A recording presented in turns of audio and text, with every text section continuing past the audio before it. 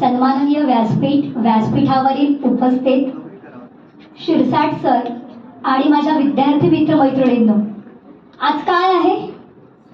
सावित्रीबाई फुले यांची जयंती. सावित्रीबाई फुले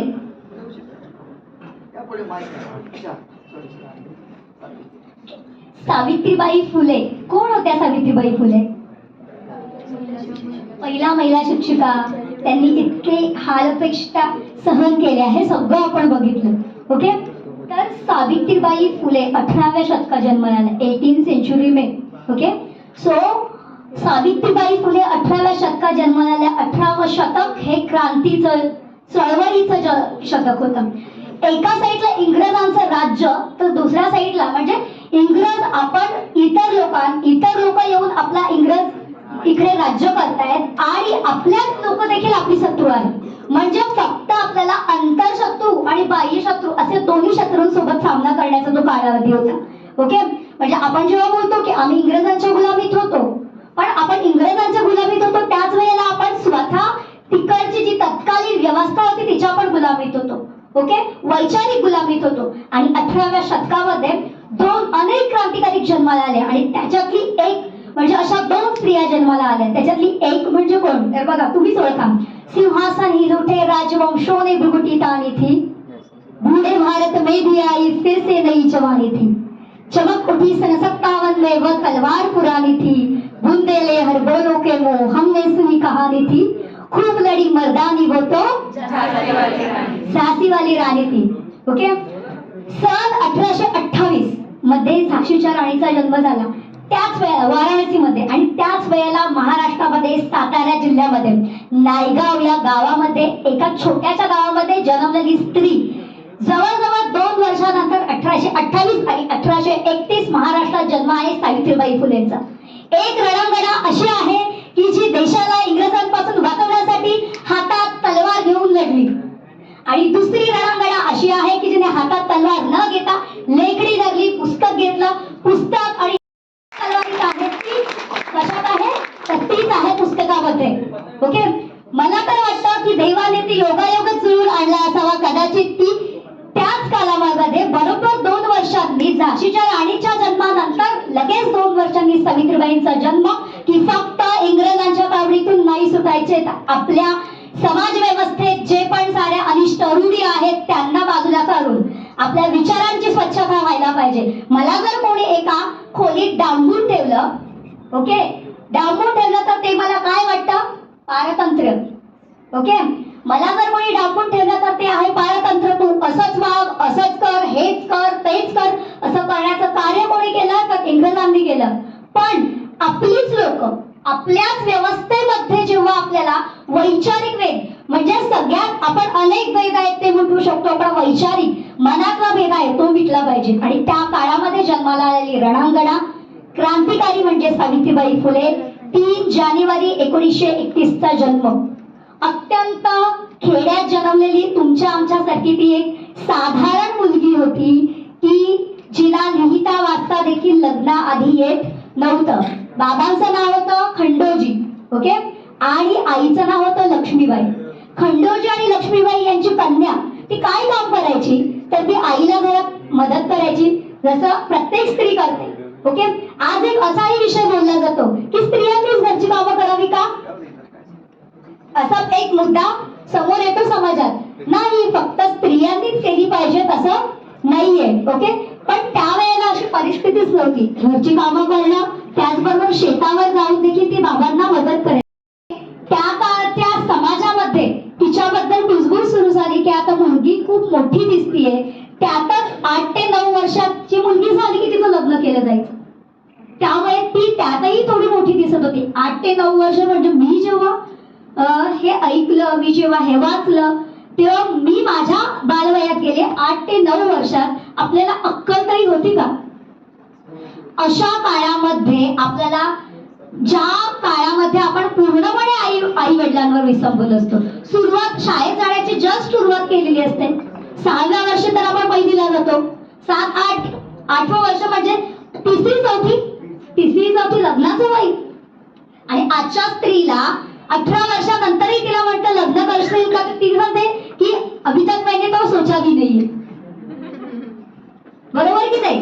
आणि अशा काळामध्ये ती स्त्री लग्नासाठी लोकांनी कुजबूज केली, अशा प्रकारे ती लग्नासाठी तयार झाली, कारण त्या काळी मुलींना त्यांचं मत व्यक्त करण्याचं स्वातंत्र्य नव्हतं.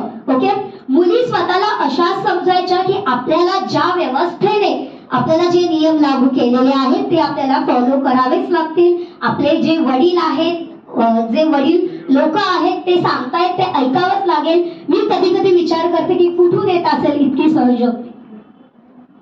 जिथे मला जर कोणी एक रागात जरी बोलले तर मी त्याला प्रत्युत्तर करते, अशा वेळेला इतकी सहनशक्ती कुठून येत असेल? आणि इतकी सहनशक्ती म्हणजे आपण जर विचार केला तर स्त्रियांमध्ये दयाळूपणा, सौंदर्य, लाजणं, सहन करणं हे तिच्या काय आहेत? या तिच्या वीक पॉइंट्स नाहीत, हे तिच्या स्ट्रॉंग पॉइंट्स आहेत. पण ते तिला त्याची म्हणजे तिला त्याची काय नव्हती, तर त्याला जागरूकता नव्हती की हे माझ्यासाठी काय आहे. आणि अशा वेळेला अवघ्या वयाच्या 9व्या वर्षी आपल्या सावित्रीचा विवाह झाला. कोणाशी? ज्योतिराव फुले. ओके, ज्योतिराव गोविंदराव फुले यांच्याशी त्यांचा जन्म झाला, विवाह झाला. ओके, आणि विवाहाच्या वेळेला त्यांचं वय काय असणार? विवाहाच्या वेळेला ज्योतिबा होते ते अवघ्या 13 वर्षाचे होते. पण आजच्या भाषेत सांगायचं गेलं तर ज्योतिबा हे अत्यंत फॉरवर्ड विचाराचे होते. त्यांना सतत वाटे की मी शिक्षण घेतो तसं महिलांनी देखील शिकलं पाहिजे. आणि त्यावेळेच्या परिस्थितीनुसार त्यांची जी मावस म्हणजे मावशीची म्हणजे मावस बहीण होती ती म्हणजे सगुणा. जी ज्योतिबा होते त्यांची आई खूप लहान असताना ऑफ झाली होती. ओके, आणि त्यानंतर त्यांची मावस बहीण त्यांच्या घरी राहायची. जेव्हा सावित्रीबाई तिथे गेल्या, आणि एक गोष्ट कदाचित तुम्हाला माहिती नसेल, लग्न झाल्या लगेच सावित्रीबाई ज्योतिबांच्या घरी राहायला गेलेल्या नव्हत्या. त्यांचं वय लहान होतं, त्यामुळे ज्योतिबांनी त्यांना माहेरीच ठेवलं होतं. पण सगुणाबाईंच्या सांगण्यावरून ते बोलले की तू जे शिक्षण प्रसाराचं कार्य हाती घेतोय, समाजसेवेचं कार्य हाती घेतोय, त्या कार्यामध्ये तुला सावित्री ही खऱ्या अर्थाने सहचारिणी बनेल, ती तुला सपोर्ट करेल, तू तिला शिक्षण दे. आणि अशा याच्यातून त्यांनी तिला सासरी आणलं. आणि खऱ्या अर्थाने जेव्हा आपण बोलतो ना की घरातील वातावरण, ज्योतिबांचं वातावरणच असं होतं की त्या वातावरणामध्ये हळूहळू ज्या सावित्री आहे तिला शिक्षणाची गोडी लागली. ओके, आणि शिक्षण घेण्यामध्ये आता शिक्षण घ्यायचंय आणि ते पण कोणी? मुलींनी. ही गोष्ट घरच्यांनीच विरोध केला, नातेवाईकांनी विरोध केला, तू बायकांना शिकवायला निघालायस. अशा वेळेला त्यांनी एक पर्याय काढला, तो म्हणजे काय तर शेतावरील आंब्याचं झाड. दोघी सगुणा आणि सावित्रीबाई दोघींनाही ज्योतिबांनी कुठे शिकवलं तर त्यांच्या शेतावरील आंब्याच्या झाडाच्या खाली. आणि अशा प्रकारे ही पहिल्या 2 विद्यार्थिनी होत्या. कोणाच्या? तर ज्योतिबांच्या. आणि अशा प्रकारे शिक्षणाला सुरुवात झाली. शिक्षण घेत असता ज्या सावित्रीबाई आहेत त्यांना ही गोष्ट खंत वाटू लागली की मी एकटी शिकतीये, मला एकटीला शिकायचं नाहीये, मला शिक्षण प्रसाराचं कार्य करायचंय. ज्योतिबांच्या साथीने सगळ्यात पहिले या दाम्पत्याने आपल्या कर्मयोगाला प्रारंभ केला. आणि पुण्यातील बुधवार पेठेत 1840 मध्ये त्यांनी सगळ्यात पहिले मुलींची शाळा, बुधवार पेठेमध्ये जी शाळा आहे भिडेंच्या वाड्यांमध्ये, भिडे नावाचे ब्राह्मण होते. हे पण मी भिडे नावाचे ब्राह्मण होते. जिथे ब्राह्मणी व्यवस्थेवर आपण टीका करतो त्यावेळेला काही ब्राह्मण असेही होते की जे या सगळ्याच्या विरोधात होते. आणि त्यांनी सगळ्यात पहिले जागा दिली मुलींची शाळा काढायला. ओके, सगळ्या मुली तर शिकायला यायला लागल्या हळूहळू, कारण सगळ्यात पहिले मुली खूप कमी यायच्या आणि सगळ्यात पहिले तर ब्राह्मणांच्याच मुली यायच्या. त्यानंतर जे पण अदर मतलब लोअर कास्ट के जो भी लोग हैं वो आने लगे. ओके, और ये सब देखते देखते जो भी समाजातील जे व्यवस्थितले जे घटक होते ज्यांना ही गोष्ट आवडत नव्हती, अशा लोकांनी ठरवलं की हे काय महाराजांच्या पोरी पण शिकणार काय? दलितांच्या पोरी जो लो कास्ट वाले आहेत त्यांच्या पण मुली शिकणार की काय? अशा वेळेला त्यांनी काय केलं, शाळेतल्या मुलींची वाढती संख्या बघून त्यांना त्रास देण्याचं ठरवलं सावित्रीबाईंना. सावित्रीबाई शाळेतून निघाल्या की त्यांच्या अंगावर शेण फेकायचं, त्यांना शिव्या द्यायच्या, असं त्यांना धमकी द्यायची, हे सगळे प्रकार. आणि विचार करा अशा काळामध्ये आपल्यासाठी लढणारी स्त्री एक उभी राहिली होती. एक प्रसंग सांगते, जेव्हा दलितांसाठी शाळा ओपन केली, दलितांसाठी 1852 मध्ये पहिली शाळा ओपन केली. ओके, आणि दलितांसाठी शाळा ओपन केली. त्यामुळे तिकडच्या लोकांनी ठरवलं की आता हिला आपण अद्दल घडवायचीच. सावित्रीबाई शाळेतून निघाल्या होत्या. शाळेतून जात असताना रस्त्यात मध्येच त्यांना अडवलं. उनको रोका और पूछा की महाराजांना शिकवणार आहेस काय, दलितांना शिकवणार आहेस काय. तर त्या म्हटल्या हो शिकवणार, फक्त एका विशिष्ट समुदायासाठीच नाही तर मी प्रत्येक मुलीला शिकवणार. अशा वेळेला त्यांनी एक माणूस होता, तो बोलला की हे सगळं बंद झालं पाहिजे. ती म्हणाली नाही होणार बंद, हे कदापि बंद होणार नाही. आणि अशा वेळेला तो म्हणाला एकदम मी त्याला काय शब्द वापरेन, अत्यंत नीच लेवलचा तो माणूस असेल. कारण तो काय बोलला, भर रस्त्यात सगळी लोक जमलेली होती आणि तो काय म्हणतो की जर बंद नाही केलंच ना तर मग भर रस्त्यात तुझी इज्जत लुटावी लागेल आम्हाला. विचार करा, एकट्या सावित्रीबाई, सगळा समाज आजूबाजूने उभा आहे, मध्ये एकट्या उभ्या आहेत आणि त्यांच्या मनाला, स्त्री आहे थोडी घाबरणारच मनातून. ओके, पण त्या वेळेला तो धीटपणा त्यांनी त्यांच्या समोर आणला. जसा तो समोरच्या दिशेला येत होता, तो सावित्रीबाईंच्या जवळ जाऊ लागला आणि सावित्रीबाईंनी संपूर्ण बळ एकटवून त्याच्या 2 थोबडीत लगवले आणि म्हटलं मुलींचं शिक्षण मी बंद करणार नाही. आणि एका स्त्रीने थोबाडीत लगवल्या. काय झालं असणार समाजासमोर शर्मिंदा, एका बाईने मला मारलं, एका बाईने मला मारलं. ह्या सगळ्या गोष्टी, या सगळ्या प्रसंगानंतर त्यांनी खूप विचार केला आणि त्या ज्योतिबांसमोर गेल्या. त्यांचा निश्चय अधिकच ठाम झाला होता. त्या ज्योतिबांसमोर गेल्या आणि म्हणाल्या की माझ्यासोबत असा असा प्रसंग घडला.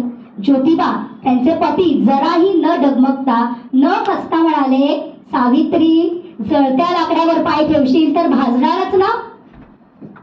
अशा प्रकारे त्यांनी तिला अत्यंत सपोर्ट केलं. सावित्रीबाईंनी असंच शिक्षणाचं कार्य सुरू केलं.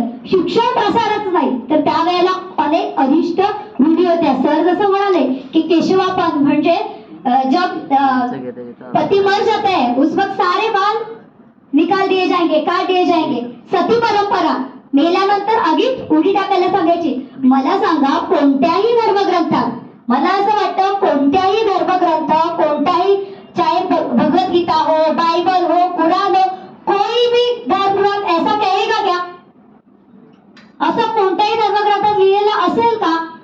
नाही. आपण जेव्हा एफसी मध्ये शिकतो की कोणत्याही धर्मग्रंथात, सगळ्या धर्मग्रंथामध्ये फक्त मानवता शिकवलेली आहे. बरोबर की नहीं? यत्र नार्यस्तु पूज्यन्ते रमन्ते तत्र देवता. ओके, जहाँ पे स्त्री का सम्मान है वहीं पे देवता का वास है. इट मीन्स व्हाट की वहां पे ही समृद्धी आहे, तिथेच समृद्धी आहे, तिथेच मार्ग आहे. आणि हे खऱ्या अर्थाने कोणी जाणलं होतं? ज्योतिबांनी. पण सगळे जे धर्मग्रंथ आहेत ते कोणत्या भाषेत होते? संस्कृत. संस्कृत सामान्य माणसं जिथे लिहिता वाचता येत नाही तिथे संस्कृत येणार आहे का हो? येणार आहे नाही. मग अशा काळामध्ये आपल्या सोयीने अर्थ काढून समाजाला कसं सांगण्याचं काम त्या व्यवस्थेने केलं होतं.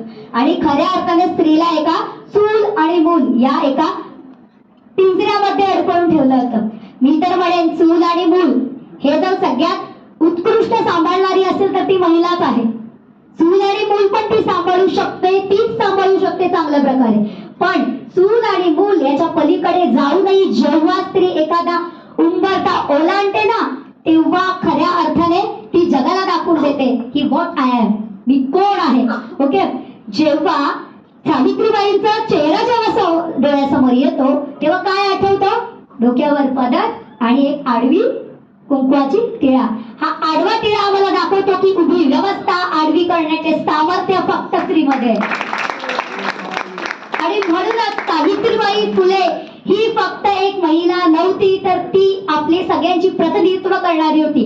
आज तुम्ही देखील सावित्री बनू शकता.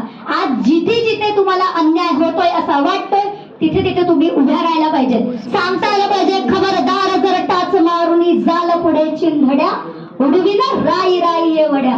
माहितीये ना, छत्रपती शिवाजी महाराजांच्या कालावधीमध्ये एक छोटासा मुलगा बोलला होता, फक्त म्हणून सांगते की आपल्या तलवारीत फक्त धार नसते तर लेखणीत धार आहे. ज्या ज्या काळामध्ये ज्या ज्या गोष्टींची गरज होती त्या त्या सगळ्या होत गेल्या. सावित्रीबाईंचं कार्य खूप अफाट आहे. त्यांनी खूप कार्य केलं आणि शेवटी वयाच्या 67व्या वर्षी त्यांनी जेव्हा देह अर्पण केला. त्या देह अर्पणामध्ये पण एक स्टोरी आहे. म्हणजे काय तर प्लेगची साथ आली होती आणि प्लेगच्या जैसे कोरोना कैसे आया था वैसे 100 years ago क्या आया था, हर 100 साल में कोई ना कोई बीमारी आती, वैसे प्लेग आया था. उस टाइम पे उन्होंने जो भी एक मतलब समाज सेवा करता करता त्यांनी काय केलं, स्वतःच्या प्राणाची आहुती दिली किंवा त्यांनी हे केलं. अशा प्रकारे आज असं कोणतंही क्षेत्र नाही त्या क्षेत्रात महिला पोचले नाही.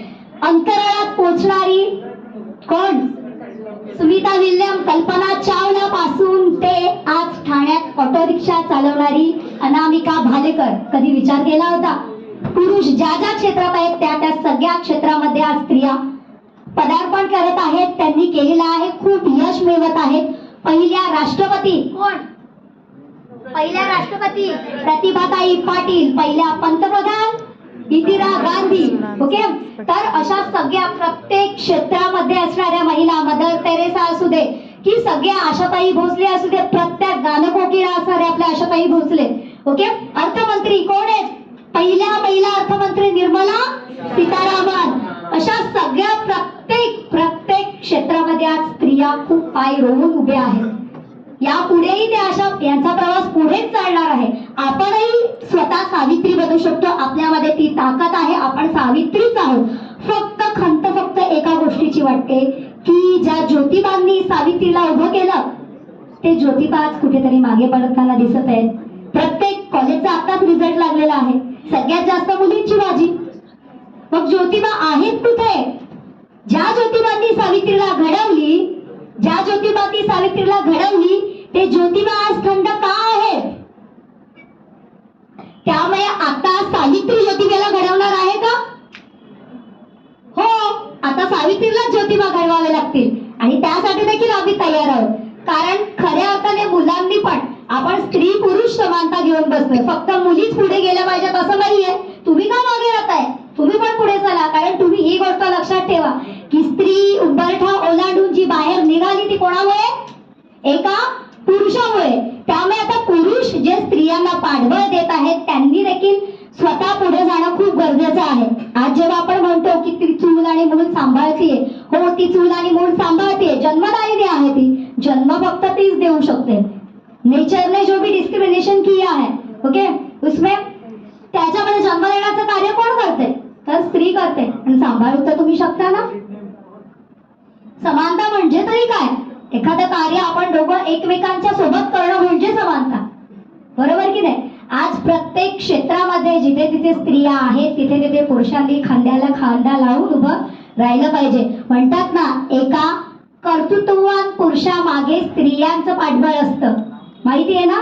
कर्तृत्ववान पुरुषामागे स्त्रियांचं पाठबळ असतं. तसं जर कर्तृत्ववान स्त्री असेल तर तिच्या पाठीमागे पुरुषानेही देखील पाठबळ द्यायला हवं. किती समस्या सुटतील. अशा प्रकारे आपण निश्चय करूया की फक्त मुली नाही, मुलं देखील आम्ही सगळे एक हातात हात घालून खऱ्या अर्थाने या देशात ज्या पण सावित्रीबाईंनी जे बलिदान दिलं, ज्योतिबांनी जे कार्य केलं त्या कार्याला आम्ही खऱ्या अर्थाने प्रतिसाद देऊ आणि त्यांना वंदन कुठल्या प्रकारे करू शकतो. तर आपण काय करू शकतो? तर खऱ्या अर्थाने आपण त्यांना शिक्षण घेऊन त्यांना वंदन करू शकतो. ओके, शेवटी सगळ्यांना इतकं सांगेन की विचार बदलले तर माणूस बदलेल, माणूस बदलला तर समाज बदलेल आणि समाज बदलला तर देश बदलायला काही वेळ लागणार नाही. त्यामुळे पहिले स्वतः घडणं खूप गरजेचं आहे. थँक्यू.